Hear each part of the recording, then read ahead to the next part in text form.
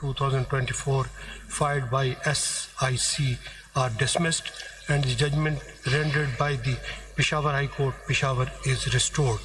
Whereas Justice Jamal Khan Mandukhel, for reasons to be recorded later, partly allowed the review petitions and maintained his original order with regard to 39 seats, but reviewed the majority judgment to the extent of 41 seats.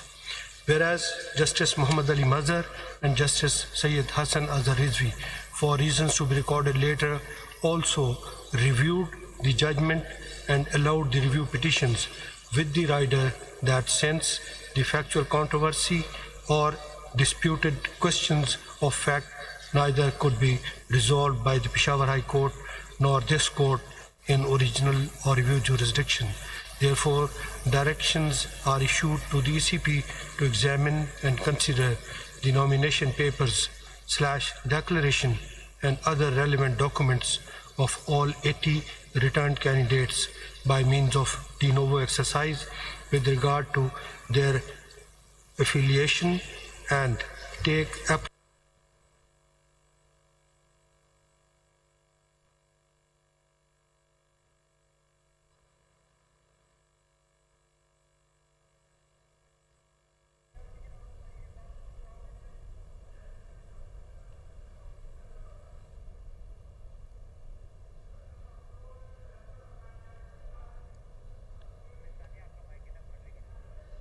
मखसूस नशिस्तों के फैसले के खिलाफ जो नज़रसानी दरख्वास्तों का मामला था उस पर जो है वो इस वक्त फ़ैसला मुख्तसर फ़ैसला जो महफूज किया गया था वो सुनाया जा रहा है। जस्टिस अमीरुद्दीन खान की सरबराही में 10 रुकनी बेंच ने ये फ़ैसला सुनाना शुरू किया है, जिसके मनासिर आप अपनी टेलीविज़न स्क्रीन पर इस वक्त देख रहे हैं। सुप्रीम कोर्ट ने 7-3 की अक्सरियत से नज़रसानी दरख्वास्तें मंजूर कर ली हैं। अहम खबर आपको दे रहे हैं सुप्रीम कोर्ट से। मखसूस नशिस्तों के फैसले के खिलाफ नज़रसानी दरख्वास्तों का ये मामला है जिस पर महफूज किया जाने वाला फैसला इस वक्त सुनाया जा रहा है और उसके मुताबिक सुप्रीम कोर्ट ने 7-3 की अक्सरियत से नज़रसानी दरख्वास्तें मंजूर कर ली हैं। सुप्रीम कोर्ट ने 12 जुलाई का फैसला कलअदम करार दे दिया है। जस्टिस अमीरुद्दीन खान की सरबराही में 10 रुकनी बेंच ने फैसला सुनाना ये शुरू किया है, जिसके मुताबिक सुप्रीम कोर्ट ने 7-3 की अक्सरियत से नज़रसानी दरख्वास्तें मंजूर कर ली हैं और सुप्रीम कोर्ट ने 12 जुलाई का जो फैसला है वो कलअदम करार दे दिया है। 12 जुलाई को सुप्रीम कोर्ट ने सुन्नी इत्तेहाद कौंसिल की मखसूस नशिस्तों के केस में पेशावर हाई कोर्ट और इलेक्शन कमीशन का फैसला कलअदम करार देते हुए पाकिस्तान तहरीक इंसाफ को मखसूस नशिस्तों का हकदार करार दिया था। आपको इसका बैकग्राउंड ये बताएं तो, और अब जो ताज़ा फैसला है उसके मुताबिक सुप्रीम कोर्ट ने 12 जुलाई का फैसला कलअदम करार दे दिया है और 7-3 की अक्सरियत से नज़रसानी जो दरख्वास्तें हैं उन्हें मंजूर कर लिया है। मखसूस नशिस्तों का ये मामला है जो कि PTI, election commission, supreme court और इस सब के दरमियान काफ़ी अरसे से ये मामला हम चलता हुआ देख रहे हैं और अब इसमें ताज़ा तरीन डेवलपमेंट ये हुई है कि सुप्रीम कोर्ट ने 7-3 की अक्सरियत से नज़रसानी दरख्वास्तें मंजूर कर ली हैं और जो 12 जुलाई का फैसला था उसे कलअदम करार दे दिया है। सुप्रीम कोर्ट ने पेशावर हाई कोर्ट का फैसला बरकरार रखा है।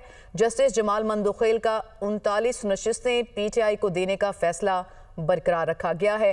12 जुलाई को सुप्रीम कोर्ट ने सुन्नी इत्तेहाद कौंसिल की मखसूस नशिस्तों के केस में पेशावर हाई कोर्ट और इलेक्शन कमीशन का फैसला कलअदम करार देते हुए पाकिस्तान तहरीक इंसाफ को मखसूस नशिस्तों का हकदार करार दिया था, जिसके खिलाफ नज़रसानी दरख्वास्तें दायर की गई थी मुख्तलिफ जमातों की जानिब से और इलेक्शन कमीशन की जानिब से। और अब उस पर यह फैसला आया है कि सुप्रीम कोर्ट ने 12 जुलाई का फैसला कलअदम करार दे दिया है। इसी से मुतालिक हम मजीद मालूमात हासिल करेंगे। नुमाइंदा दुनिया न्यूज़ हसीब मलिक ने इस्लामाबाद से हमें ज्वाइन किया। हसीब, बड़ी डेवलपमेंट है ये, क्या मजीद मालूमात हैं आपके?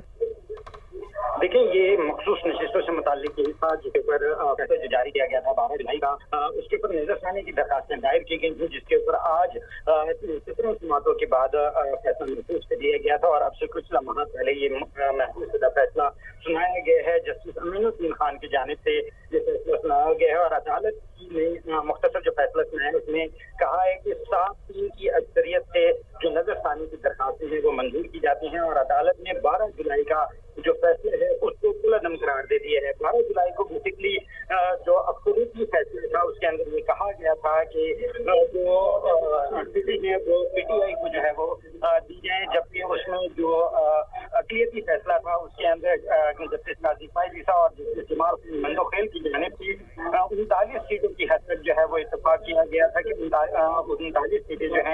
वो पीटीआई को दी जाए, जबकि दीगर जो है 41 जो सीटें हैं वो आजाद करार दी गई थी। तो आज जो है अदालत ने 12 जुलाई का जो फैसला है उसको गलत करार दिया है और अदालत ने पेशावर हाई कोर्ट का जो फैसला है उसको बरकरार रखा है। बेसिकली जो पीटीआई थी वो पेशावर हाई कोर्ट के फैसले के खिलाफ सुप्रीम कोर्ट में आई थी और बेसिकली उनकी तरफ से इलेक्शन कमीशन की जानिब से जो है सही। हसीब मलिक, आप हमारे साथ ही मौजूद रहेगा। शाइक उस्मानी साहब माहिर कानून है, हमें ज्वाइन कर चुके हैं, उन्हें भी शामिल है, गुफ्तगू करते हैं। Thank you so much for your time sir.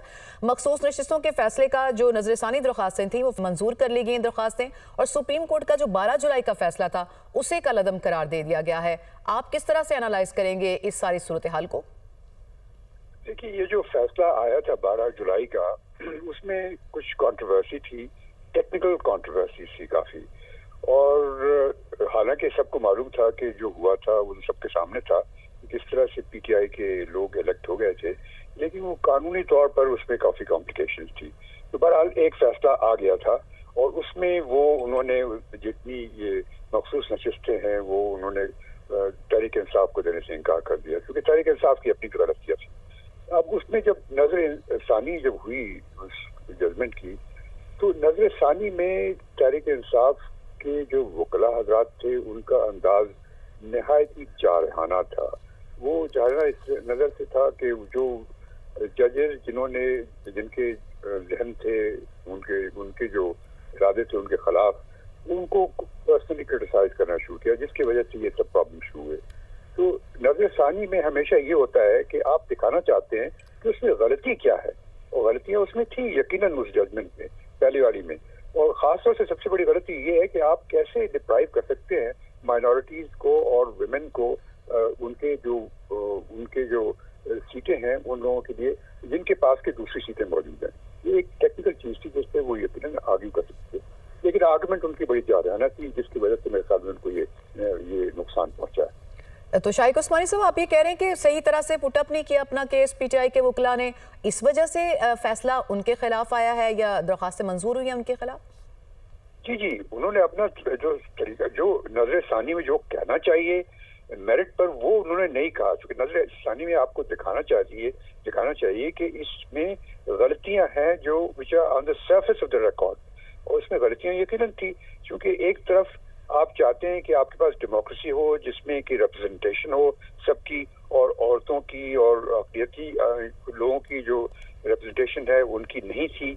अब उस पे इम्पोर्टेंस देने के बजाय वो दूसरी चीजों में लग गए और उसकी वजह से ये नुकसान हुआ। सही। शाइक उस्मानी साहब, पहले ही हम देखते हैं कि पीटीआई जो सिस्टम से खासी नाराज नजर आती है, तो इस सब के बाद क्या मजीद इम्प्लीकेशंस हो सकते हैं पीटीआई के लिए? नहीं, अब तो खत्म हो गया ना मामला। अब तो जो मखसूस नशिस्तें हैं वो उनको नहीं मिलेंगी, और अब जो वो डिस्ट्रीब्यूट हो जाएंगी दूसरे पार्टीज में उनकी प्रोपोर्शनली, और दूसरी पार्टीज की इतनी मेजॉरिटी हो जाएगी कि अब तो उनका बहुत असेंबली में बहुत कंट्रोल हो जाएगा। सही। तो शाइक उस्मानी साहब, हम ये देखते हैं कि क्योंकि मुतमईन नजर नहीं आती इस सारे प्रोसेस से पीटीआई